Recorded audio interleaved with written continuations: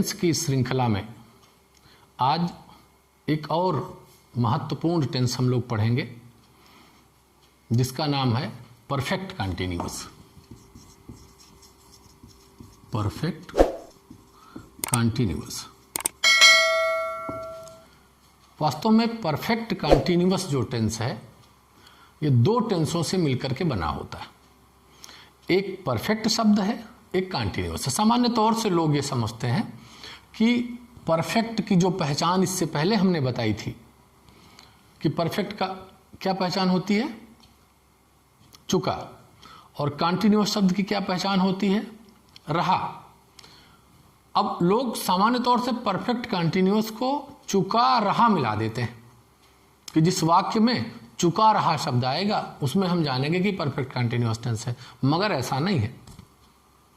ठीक है, ये दो टेंस परफेक्ट और कंटीन्यूअस से मिलकर के बना है, लेकिन इन दोनों टेंस से क्या क्या चीजें मिलती हैं आप ये मान के चलिए। कंटीन्यूअस से इसकी पहचान ले ली गई है और परफेक्ट से इसकी सहायक्रिया ले ली गई है। कुछ ऐसा तालमेल इन दोनों टेंस में मिला करके होता है जो इसकी पहचान बनाती है। कंटीन्यूअस का अर्थ होता है रहा, और इस परफेक्ट में एक शब्द सिंबलाइज करता है कि समय के साथ रहा। समय के साथ रहा जब होगा तो हम जानेंगे कि परफेक्ट कंटीन्यूअस है। ठीक से समझने की बात है कि परफेक्ट कंटीन्यूअस टेंस समय के साथ रहा शब्द लगाने से पहचान। इससे पहले जब हम टेंस की पहचान बता रहे थे तो उस दौरान में हमने टेंस को एकदम क्लेरिफाई किया था कि परफेक्ट कंटीन्यूअस की पहचान होगी समय के साथ रहा शब्द आएगा। तो इंपॉर्टेंट यह है समझना कि परफेक्ट कंटीन्यूअस की पहचान में कोई भ्रम ना पैदा हो, कोई डाउट ना पैदा हो कि परफेक्ट शब्द अलग है और कंटीन्यूअस अलग। ऐसा नहीं है। परफेक्ट कंटीन्यूअस एक में मिला जुला शब्द है जिसको हम समय रहा शब्द से जानते हैं। अब परफेक्ट कंटीन्यूअस चूंकि तीन टेंस में होगा, प्रेजेंट में, पास्ट में और फ्यूचर में, तो जब प्रेजेंट में होगा तो है शब्द लगा होगा तो हो जाएगा प्रेजेंट परफेक्ट कंटीन्यूअस।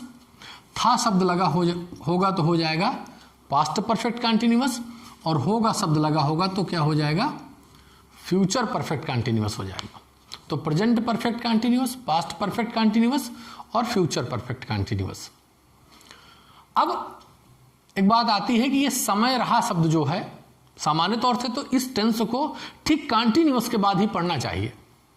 जब हम कंटीन्यूअस टेंस पढ़ रहे हो तुरंत बाद परफेक्ट कंटीन्यूअस पढ़ लेना चाहिए, लेकिन इसे परफेक्ट के बाद भी पढ़ने से थोड़ा सा लाभ यह मिलता है कि परफेक्ट टेंस में हेल्पिंग वर्ब मिल जाती है हमको, और उसी हेल्पिंग वर्ब के साथ कुछ जोड़ करके हम परफेक्ट कंटीन्यूअस की सहायक्रिया निकाल लेते हैं। तो समय के साथ रहा शब्द से जैसा कि हमने बताया कि परफेक्ट कंटीन्यूअस टेंस होता है था होगा प्रेजेंट परफेक्ट कंटीन्यूअस, था से पास्ट परफेक्ट कंटीन्यूअस, और होगा शब्द से फ्यूचर परफेक्ट कंटीन्यूअस होगा। तो जैसा कि किसी भी टेंस को पढ़ने में सबसे ज़्यादा महत्वपूर्ण जो होता है, मैं इससे पहले भी बता चुका हूं और बार बार बताता हूं और फिर बता रहा हूं कि किसी भी टेंस को पढ़ने में सबसे इंपॉर्टेंट होता है उसका हेल्पिंग वर्ब और मेन वर्ब समझना। कि इस टेंस को बनाने में जब कहीं वाक्य में रहा है आ गया, समय हम दिख गया, तो हम क्या देखें, उसमें कैसे बनाएंगे, तो उसमें किन चीज़ों की जरूरत पड़ेगी। तो सबसे ज़्यादा इंपॉर्टेंट क्या है, हम हेल्पिंग वर्ब और मेन वर्ब की जरूरत पड़ती है। तो चलिए मैं बताता हूं इसमें मेन वर्ब क्या लगे। जैसा कि हमने इससे पहले बताया था आपको पहचान और उसके काइंड से समझाते समय टेंस का, कि जहां जहां भी कंटीन्यूअस शब्द आएगा वहां वहां मुख्य क्रिया के फर्स्ट फॉर्म में आईएनजी लगेगा। ये मेन वर्ब के साथ होगा। मेन वर्ब में फर्स्ट फॉर्म में आईएनजी लग जाएगा, वो चाहे present continuous, past continuous, future continuous रहा हो तो उस तीन टेंस में, और ये present perfect continuous, past perfect continuous और फ्यूचर परफेक्ट कंटीन्यूअस टेंस हो तो भी उस तीन टेंस में भी, क्योंकि कंटीन्यूअस शब्द जिसमें लगा होगा उसमें आईएनजी लगना ही है। एक सामान्य तौर से आप ये दिमाग में बैठा लीजिए कि यदि रहा शब्द कहीं आता यूज होता हो, रहा शब्द बहुत गौर करने की बात है, रहा शब्द कहीं पर भी यूज होता है, ये रहा शब्द, तो इसकी मीनिंग ही दिमाग में बैठा लें। इस रहा का अर्थ होगा आईएनजी। एक इंग्लिश का एक शब्द है आईएनजी जिसकी मीनिंग होती है रहा, या रहा शब्द हिंदी का उसकी इंग्लिश होती है आईएनजी, जबकि ऐसा नहीं होता।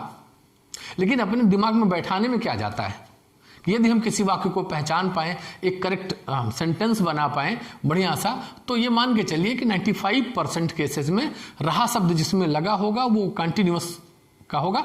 5% के बारे में मैं कुछ बहुत क्लियर नहीं कह सकता कि हर जगह यही इंप्लीमेंट की होगा। तो ध्यान में रखें कि रहा शब्द होगा तो आईएनजी लगना ही लगना, और आईएनजी हमेशा फर्स्ट फॉर्म में लगता है। आईएनजी मैंने जो लिखा है कि फर्स्ट फॉर्म में आईएनजी, कभी सेकंड फॉर्म में आईएनजी नहीं लगता, कभी थर्ड फॉर्म में आईएनजी नहीं लगता, आईएनजी लगता ही है फर्स्ट फॉर्म में। तो आईएनजी लगा है तो यानी कि फर्स्ट फॉर्म में। अगर गो है तो गोइंग हुआ, वेंटिंग नहीं हो सकता, गॉनिंग नहीं हो सकता, गो वेंट गॉन, इसके 3 टाइप्स होते हैं।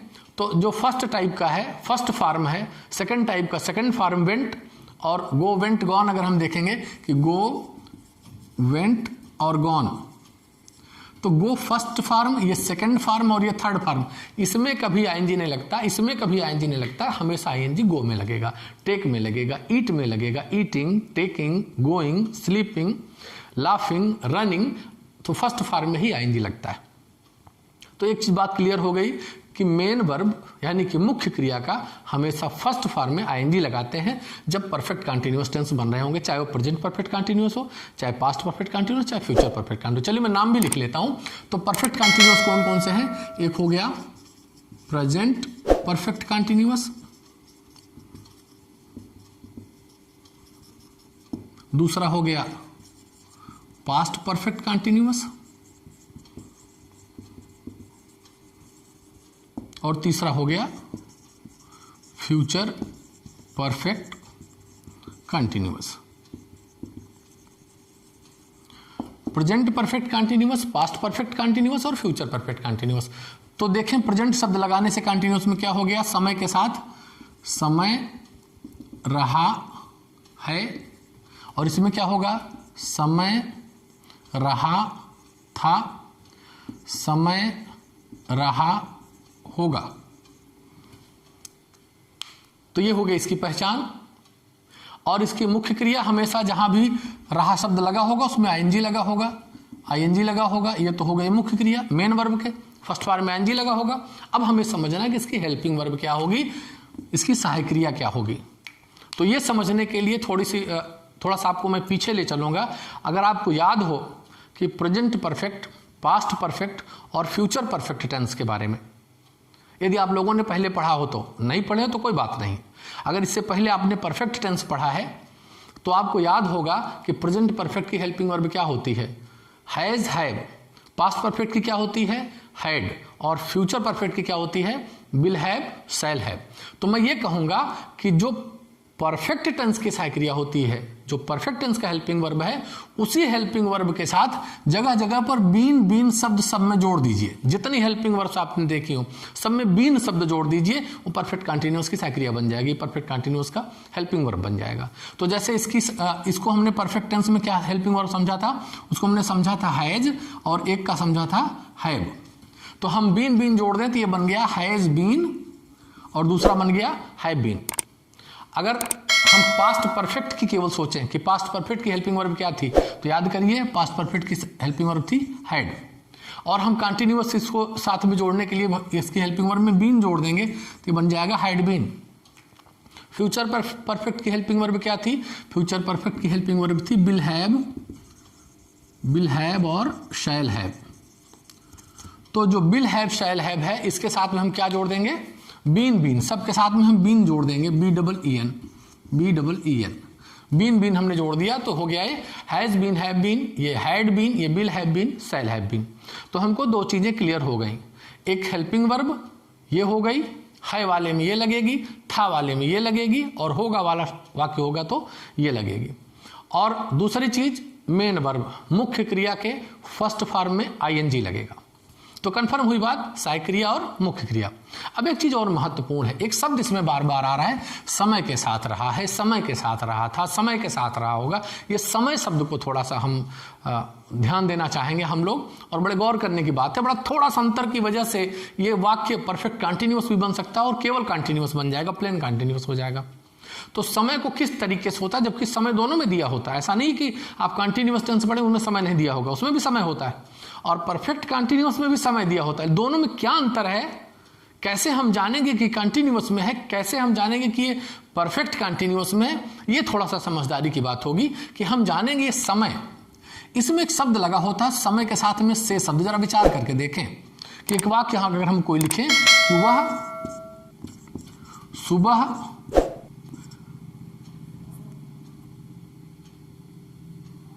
खेल रहा था, या सेंटेंस कहता है कि वह सुबह से खेल रहा है। टेंस की कोई बात नहीं है, टेंस रहा था में दोनों हो सकता है। समझ रहे, वह सुबह खेल रहा था, वह सुबह से खेल रहा है, या खेल रहा था या खेल रहा होगा। इन्हीं दोनों शब्दों से आप समझिएगा जरा समय। ये सुबह लिखा हुआ, सुबह समय को ही कहते हैं। ये सुबह का समय है, ये शाम का समय है, ये दोपहर का समय है। एक तो समय ये होता है, और एक समय अगर आप विचार करें तो समय होता है कि हम घड़ी के हिसाब से बताते हैं कि 4 बजे से 4 बजे हैं, या 2-4 घंटे से कोई काम हो रहा है। तो हम ध्यान एक शब्द पर देंगे बार बार, इस से शब्द पर। समय के साथ में अगर से शब्द है, ध्यान देने की बात, ये से शब्द विशेष तौर से अगर समय के साथ में से शब्द मिल गया तो हम तुरंत समझ जाएंगे कि ये परफेक्ट कंटिन्यूअस टेंस है। फिर से समझिए, बहुत गौर करने की बात है। इस वाले वाक्य में केवल सुबह खेल रहा था लिखा है, या सुबह को खेल रहा था ऐसा हो सकता है, शाम को जा रहा था, लेकिन शाम से जा रहा था ये वाला ये है। कौन सा? Perfect continuous.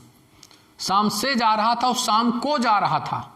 शाम को जा रहा था तो ये वाला वाक्य हो गया, क्यों? प्लेन कंटिन्यूअस हो गया, ई जेएमआर वाजवर विल बी शैल बी वाला हो गया। अगर शाम से जा रहा था तो has been, have been, had been, will have been, shall have been वाला हो गया। बाकी सारे सेंटेंस वैसे बनने हैं, जैसे सामान्य कंटिन्यूअस का बनता है वैसे परफेक्ट कंटिन्यूअस का बनेगा।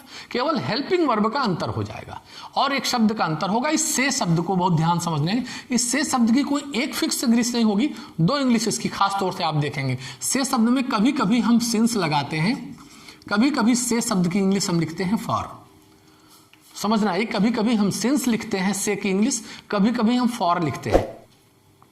अब यहां पे भी कंफ्यूजन हो जाता है दिमाग में कि कैसे हम जानेंगे कि इसमें सिंस का प्रयोग होगा, से शब्द की इंग्लिश यहां सिंस होगी और से शब्द की इंग्लिश फॉर होती है, यह भी निश्चित करना है। तो इसके बाद हम आपको बताते हैं, पहली चीज ये था, आप कंफर्म हो जाइए कि सुबह जा रहा था, सुबह से जा रहा था। वह 4 बजे जा रहा था, 4 बजे से जा रहा था। कोई कार्य वो शाम को कर रहा था, शाम से कर रहा था। अगर से कर रहा था तो ये है परफेक्ट कंटिन्यूअस टेंस में है, और अगर से कर रहा था तभी सिंस फॉर का प्रयोग होना है। वरना केवल उस वर्ड की हम केवल वर्ड मीनिंग लिख देंगे इंग्लिश में। सुबह है तो मॉर्निंग लिख देंगे, इन द मॉर्निंग।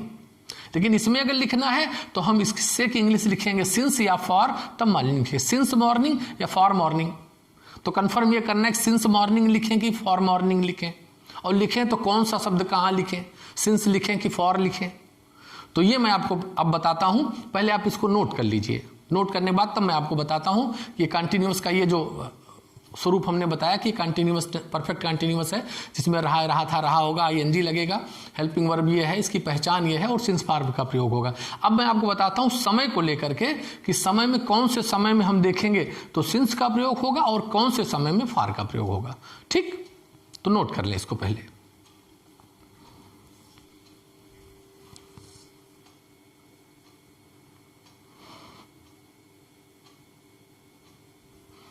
आप चाहें इसे वीडियो रोक करके इसे ठीक से पहले आप नोट कर सकते हैं।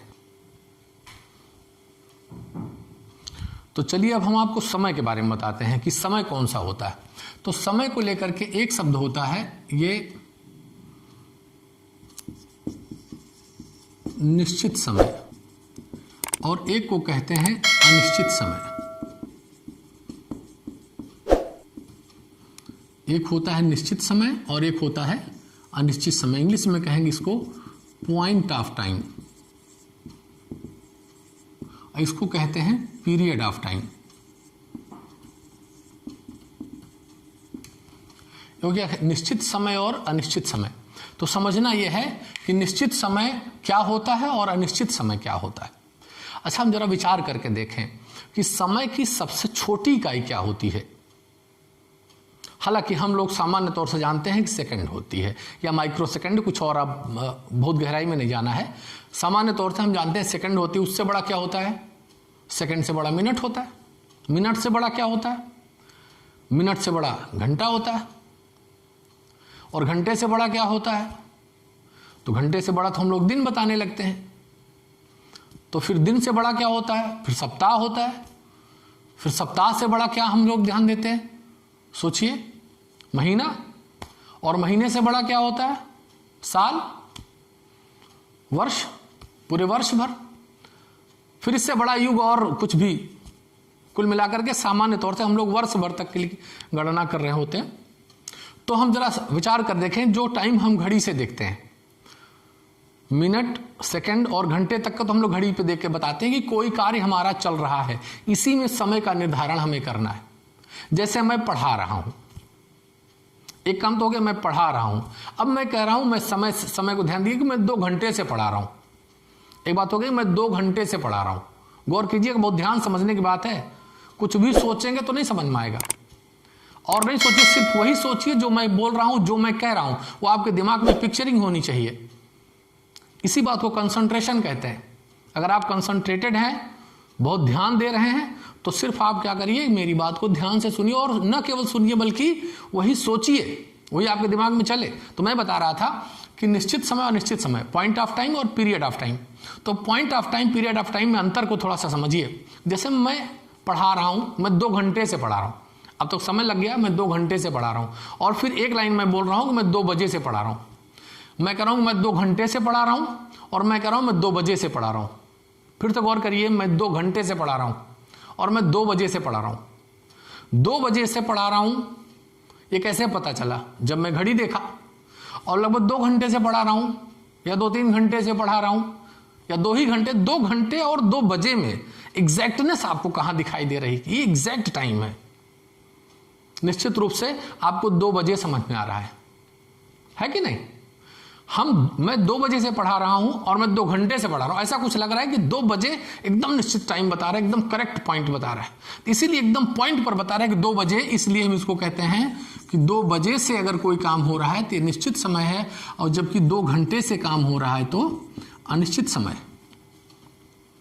ठीक हो गया?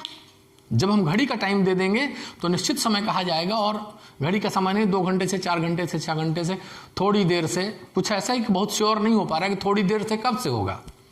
लेकिन 4 बजे से कोई काम हो रहा है, ये तो निश्चित हो गया। 4:30 बजे से हो रहा है, 4:15 बजे से हो रहा है, तो निश्चित हो गया। लेकिन थोड़ी देर से हो रहा है, आधे घंटे से हो रहा है, 2 घंटे से हो रहा है, कुछ बहुत क्लियर नहीं है। ठीक है, एक सामान्य अनुमान है कि हम 2 घंटे से काम कर रहे हैं या 1 घंटे से कर रहे हैं। अब इससे बड़ा दिन की बात करें, कोई कहे कि, या मैं कह रहा हूं कि मैं सोमवार से टेंस पढ़ा रहा हूं, मैं सोमवार से टेंस पढ़ा रहा हूं, और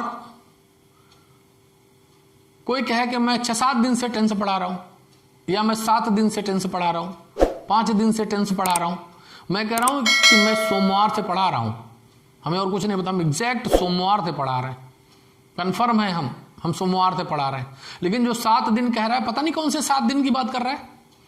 वो 7 दिन सामान्य ढंग से देखेंगे तो 7 दिन भी क्लियर होता हुआ दिखाई देगा, लेकिन जब दोनों में अंतर को स्पष्ट करेंगे कि 7 दिन से क्लियर से एकदम एग्जैक्ट है कि सोमवार से या मंगलवार से या बुधवार से हमारा काम हो रहा है, तो हम कोई दिन जब निश्चित कर देते हैं, कोई दिन का नाम ले लेते हैं, तो एकदम एग्जैक्ट वहीं से पॉइंट पता चलता है कि इसी पॉइंट से हमने शुरू किया है, हमने मंडे से स्टार्ट किया है पढ़ाना।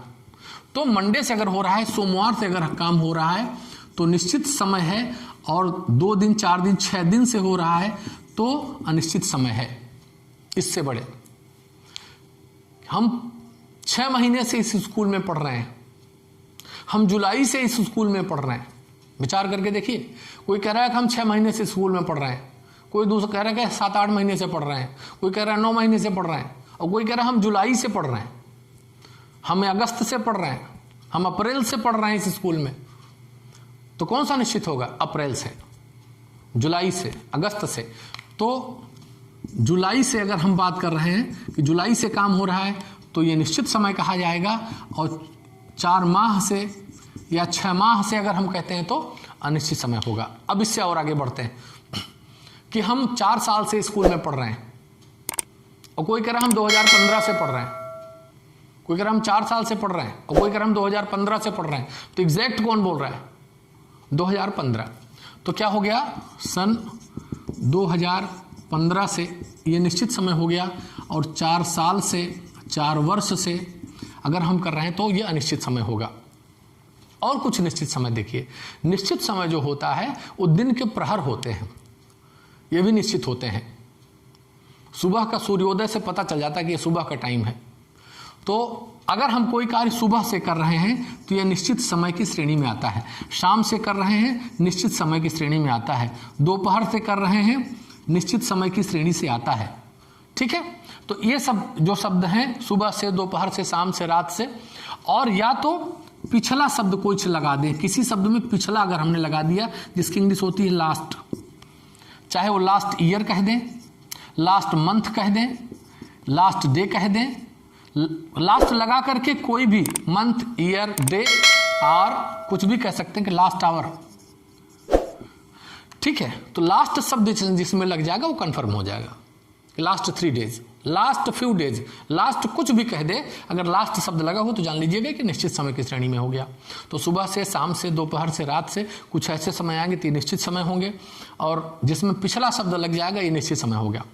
अब ये देखते हैं कि निश्चित समय और अनिश्चित समय में इतनी देर जो भाषणबाजी हो रही किस लिए हो रही है, यह समझाने के लिए हम आपको बता रहे हैं कि इसमें यह जो से शब्द बार बार आ रही है, ये से शब्द, ये से, इसको मत चूकिएगा जिसको हम समझा रहे थे इसके पहले, और इसमें भी से शब्द आ रहा है। से तो एक ही शब्द है से, लेकिन अलग अलग से की इंग्लिश अलग होती है। जैसे इस तरफ से की इंग्लिश होती है फॉर, इस से की इंग्लिश होती है फॉर, और इस से की इंग्लिश होती है सिंस। तो हम यही समझाने के लिए इतनी देर से हम आपको प्रयास कर रहे हैं कि आप जाने कि सिंस का से की इंग्लिश सिंस कब होगी और से की इंग्लिश फॉर कब लगेगी।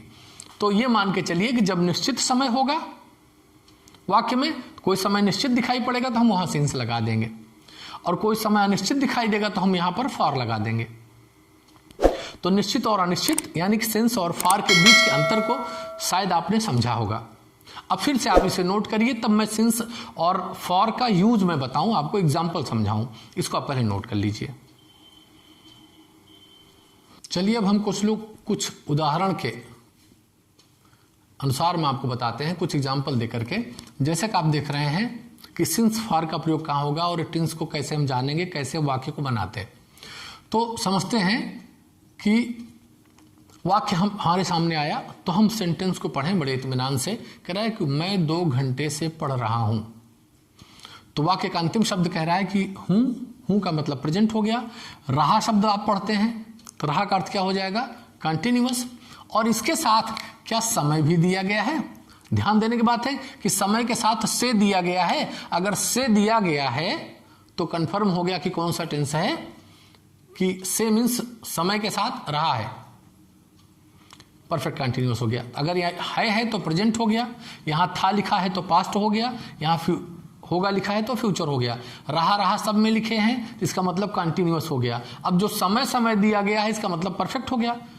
तो present perfect continuous, past perfect continuous, future perfect continuous, ये वाक्य तो हमने लिखे हैं। लेकिन थोड़ी सी बात मैं आपको समझाना चाह रहा हूँ, जिस अंतर को समझ करके शायद आपके दिमाग में कुछ बात और अच्छे से बैठे, वो समझने की कोशिश करिए।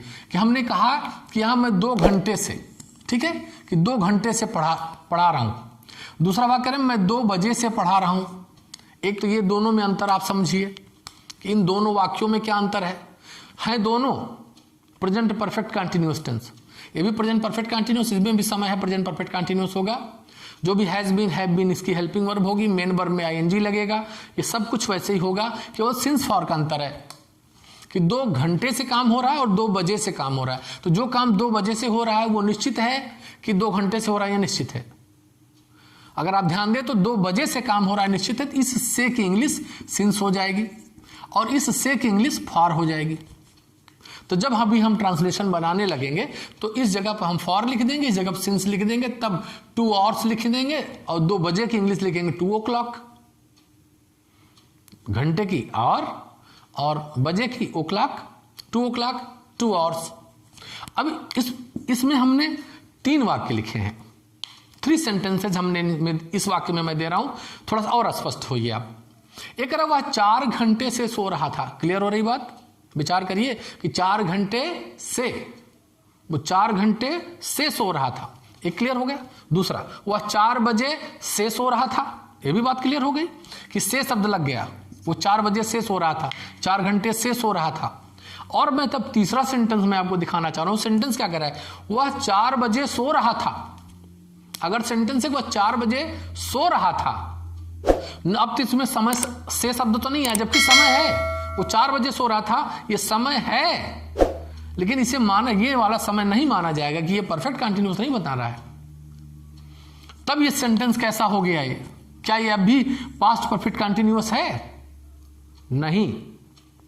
क्यों नहीं? क्योंकि इसमें से शब्द नहीं आ रहा है, और इसमें 4 घंटे से सो रहा था, 4 बजे से सो रहा था, इन दोनों में आ रहा है। तो जो दोनों में आ रहा है, क्या अंतर दिखाई दे रहा है? एक सिंस वाला होगा, एक फॉर वाला होगा। एक सिंस फॉर में से कोई न कोई लगेगा, बाकी सब वैसे ही बनेंगे। तो ये वाला जो सेंटेंस है, ये हमारा सेंटेंस नहीं है, ये उस पीछे वाला सेंटेंस जो आपको हम कंटिन्यूअस में पढ़ा चुके हैं कि he was sleeping at 4 o'clock। ये बनेगा he was sleeping at 4 o'clock। तो हमारा ये सेंटेंस नहीं है। इसमें रहेगा ये हैड बीन के साथ लगेगा, ये स्लीपिंग लगेगा, तब सिंस फॉर लगेगा, तो यहाँ 4 और लग जाएगा, यहाँ 4 o'clock हो जाएगा। जब बनाएंगे तो बनाएंगे। फिर अगला वाला सेंटेंस समझिए। अगला समझ, लड़के 3 घंटे से खेल रहे होंगे। एक बात हो गई, समय दिया गया 3 घंटे से, और अगला सेंटेंस लड़के 3 बजे से खेल रहे होंगे, तो इसमें भी से शब्द आ गया 3 बजे से का मतलब हो गया फिर 3 बजे से समय दे दिया गया। तो ये दोनों सेंटेंस बहुत क्लियर हैं। अब जरा तीसरा सेंटेंस पढ़िए कि लड़के 3 बजे खेल रहे होंगे। 3 बजे, यानी कि 3 बजे से, यानी कि 3 घंटे से, वो सिर्फ कह रहा है 3 बजे खेल रहे होंगे। अब ये परफेक्ट कंटिन्यूअस नहीं है, अब ये केवल कंटिन्यूअस है, सिर्फ प्लेन कंटिन्यूअस सेंटेंस है। तो ये boys will be playing at 3 o'clock। ये will be is am are was were will be shall be वाला सेंटेंस है। क्लियर हुआ? तो हम इस सेंटेंस को नहीं बनाएंगे, ये हमारा सेंटेंस नहीं है। हम लोग ये वाला सेंटेंस पढ़ रहे हैं, ये बनेगा, ये बनेगा, ये बनेगा, ये बनेगा, ये बनेगा, ये बनेगा। हालांकि ये प्रेजेंट परफेक्ट कंटिन्यूअस की सह-क्रिया के साथ बनेगा, पास्ट परफेक्ट कंटिन्यूअस सह-क्रिया के साथ बनेगा, फ्यूचर परफेक्ट कंटिन्यूअस सह-क्रिया के साथ बनेगा। यहाँ पढ़ना में आईएनजी लग जाएगा, यहाँ सोना में आईएनजी लग जाएगा, यहाँ खेलना में। रहा के ठीक बगल मुख्य क्रिया दिखाई दे रही है, हमेशा होती। जहाँ पहचान खत्म होती है, ठीक बगल में मुख्य क्रिया होती है।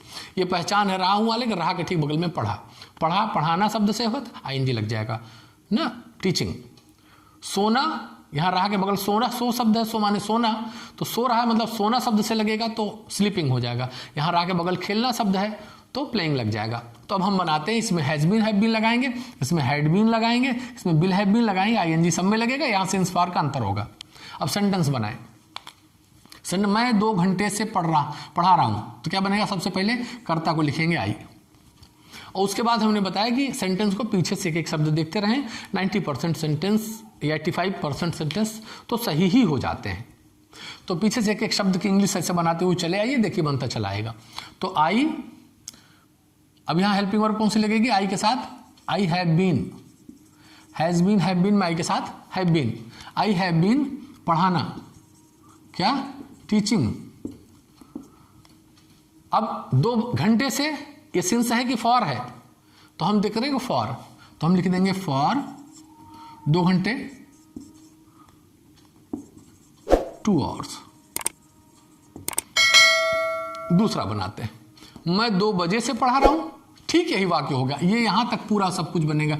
ये भी केवल फॉर की जगह पे सिंस फॉर हो जाएगा, और कुछ इंग्लिश बदले कैसे? आई हैव बीन उसमें भी था, इसमें भी आई हैव बीन, मुख्य क्रिया भी टीचिंग थी, इसमें भी टीचिंग, तो आई हैव बीन टीचिंग, वहां फॉर 2 hours था, यहाँ क्या हो जाएगा? Since 2 o'clock, since 2 o'clock। अब देखते हैं पास्ट परफेक्ट कंटिन्यूअस वाले वाक्य को। हम यही लिखते हैं थोड़ा बीच में कि वह 4 घंटे से सो रहा था। ध्यान देंगे, सबसे पहले हमने कर्ता लिखा ही, और वाक्य के पीछे से देखते हैं, यहाँ हैड बीन हो जाएगा, यहाँ स्लीपिंग हो जाएगा, यहाँ सिंस फॉर हो जाएगा, फिर 4 घंटे के लिए। तो कैसे बनेगा? ही हैड बीन, फिर और बाएं स्लीपिंग, फिर और लेफ्ट में सिंस फॉर 4 घंटे से, फॉर 4 घंटे 4 आवर्स। और ये वाला सेंटेंस इसके नीचे वाला, बस क्या अंतर आएगा, यहां पर 4 बजे से है तो बजे से का मतलब सिंस लग जाएगा। तो कैसे बनेगा sentence, he had been sleeping since 4 बजे 4 o'clock। ये सेंटेंस बन गया। और ये सेंटेंस हमें नहीं बनाना है, ये इसका सेंटेंस नहीं है, ये सामान्य कंटिन्यूअस टेंस का है, हमको इसको भी नहीं बनाना है, ये विल बी से हेल्पिंग वर्ब से बनेगा। तो इस सेंटेंस को बनाते कि लड़के 3 घंटे से खेल रहे होंगे, इसको मैं ऊपर लिखूंगा और इस वाले सेंटेंस को नीचे जगह के अभाव में। तो लड़के 3 घंटे से खेल रहे होंगे, तो सेंटेंस सबसे पहले करता होगा क्या, बॉयज, और होंगे, इसमें हेल्पिंग वर्ब इधर से शुरू करेंगे, कौन सी, will have been, shall have been. तो boys will have been, shall have been IB के साथ लगाते हैं, वैसे कहीं भी ना लगाएं तो ठीक है, हर जगह विल हैव बीन का प्रयोग करें, परेशान ना हो, हर जगह विल का प्रयोग करें। मॉडर्न इंग्लिश में विल का ही प्रयोग हर जगह हो रहा है। तो बॉयज विल हैव बीन, अब खेलना, फिर 3 घंटे से, तो कैसे बनेगा, boys will have been playing, फिर 3 घंटे से, पहले सेक इंग्लिश, फॉर 3 आवर्स। और लड़के 3 बजे से खेल रहे होंगे, सिंस का प्रयोग हो जाएगा, तो कैसे बन जाएगा, boys will have been playing since 3 o'clock। 3 बजे से पढ़ रहे, तो boys will have been playing since 3 o'clock। तो ये कुछ ऐसे एग्जाम्पल हैं जिनको आप पढ़ कर देख पा रहे हैं कि ये प्रेजेंट परफेक्ट कंटिन्यूअस, ये पास्ट परफेक्ट कंटिन्यूअस और ये फ्यूचर परफेक्ट कंटिन्यूअस टेंस है। तो इसको आप चाहें तो उतार लें, कुछ और एग्जाम्पल मैं आपको बता रहा हूं जिससे आप और क्लियर हो जाएंगे। अब कुछ और एग्जाम्पल देखें, जैसे लता 3 दिन से यह पाठ याद कर रही है, और अगला देखें लता सोमवार से पाठ याद कर रही है। तो लता 3 दिन से पाठ याद कर रही है, प्रेजेंट परफेक्ट कंटिन्यूअस में हो गया, ये प्रेजेंट रहा कंटिन्यूअस, समय दिया गया है 3 दिन से। इसे आप स्वयं कर सकते हैं, लता सोमवार से पाठ याद कर रही है, ये शब्द क्या हो गया, सोमवार से, सिंस और फॉर का अंतर है, यहाँ पे क्या लगेगा, 3 दिन से फॉर, और सोमवार से सिंस का प्रयोग होगा। हम लोग कल से अनुवाद पढ़ा रहे हैं, ये प्रेजेंट कंटिन्यूअस और कल से समय दिया गया है, यस्टरडे टुमारो, ये निश्चित समय है, सिंस यस्टरडे, सिंस टुमारो, ठीक है। ये ध्यान देंगे, हम लोग 3 दिन से अनुवाद पढ़ा रहे हैं, ये भी प्रेजेंट परफेक्ट कंटिन्यूअस, 3 दिन से अनिश्चित समय हो गया, यानी कि यहाँ पर फॉर लगेगा। तो इसको बनाते लता 3 दिन से, स्वतः से भी आप चाहे बना सकते हैं, आप ही बनाइए कि पुलिस 4 महीने से चोरों को ढूंढ रही है, तो रहा है, रही है कंटिन्यूअस, और ये समय दिया है परफेक्ट कंटिन्यूअस, जनवरी से ढूंढ रही है, जनवरी निश्चित समय, 4 महीने से अनिश्चित समय। तो ये सेंटेंस बना, माता जी दोपहर से खाना बना रही हैं, दोपहर से कपड़े धो रही हैं, तो दोपहर से शब्द समय आ गया, शाम से समय आ गया, दोपहर और शाम निश्चित समय हो गए, इसलिए यहाँ सिंस का प्रयोग होगा। बस बाकी वर्ब ही हेल्पिंग वर्ब का आप यूज करिए। यहाँ है तो हैज बीन, हैव बीन, था जब आएगा तो हैड बीन, होगा जब आएगा तो will have been, shall have been का प्रयोग होगा, ठीक। तो इसे आप स्वतः से करिए, सामान्य तौर से आप कर सकते हैं, मुझे नहीं लगता कि ना कर पाए, फिर भी मैं लिख देता हूं कि लता 3 दिन से पाठ याद कर रही है, तो क्या होगा, Lata has been learning this lesson for 3 days। अगला लता सोमवार से पाठ है, तो पहले होगा लता, फिर रहा रही हेल्पिंग वर्ब, फिर याद करना ING, फिर यह पाठ दिस लेसन, फिर सिंस फॉर जो लगना होगा, फिर सोमवार मंडे, तो कैसे लिखा जाएगा, लता हैज बीन लर्निंग, यहां तक हो गया, यह पाठ दिस लेसन से सिंस सोमवार मंडे। हम लोग कल से अनुवाद पढ़ रहे हैं, तो पहले हम लोग, ध्यान दे, मैं इससे भी पहले बताया हूं, जब हम तुम के साथ में हम लोग तुम लोग शब्द आए, वे लोग शब्द आए, तो लोग शब्द की अलग इंग्लिश नहीं बनाते। वे लोग मतलब दे, हम लोग मतलब वी, तुम लोग मतलब यू, तो हम लोग मतलब वी करता हो गया वी। फिर पीछे से sentence has been, have been, ING, अनुवाद, translation, since, for, yesterday, tomorrow, तो क्या लिखे, वी हैव बीन